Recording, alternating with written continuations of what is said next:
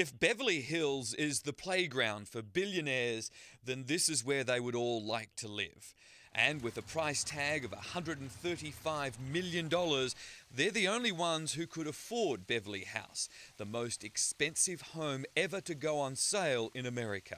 You look at the elegance of the house, but you see a certain size. You feel this is a very nice estate. You have no idea what's in store until we go inside. Let's go. And as you come in, you are hit with this incredible 75-foot long entry hall. And of course, the most important thing you see is the view to the outside, which is, to me, one of the great estates of all time. Jeff Highland is real estate agent to the rich and famous. So you can't find this anywhere else. Set on 2.5 hectares of manicured gardens, Beverly House is the largest of 5 buildings, totaling 6,500 square metres, the equivalent of 30 average Australian homes. We have 30 bedrooms. We have 40 bathrooms.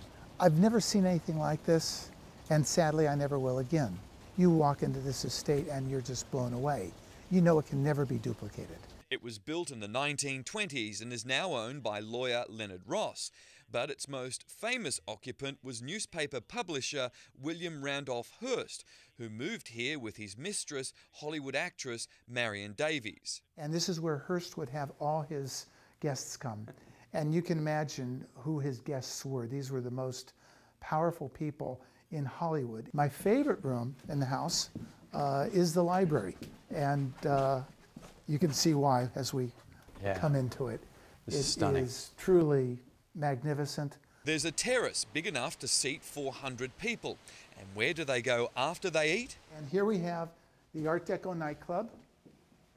Because every house needs a nightclub, right, Jeff? And it gets plenty of use. Rihanna celebrated her last 2 birthdays here. Prince Albert of Monaco recently had a party, and it was here at Beverly House where John F. Kennedy spent part of his honeymoon. Photos show the future president and his young bride, Jackie, splashing around the pool in 1953. It's conceivable that JFK and Jackie would have sat... Unless they spent all their time in the bedroom.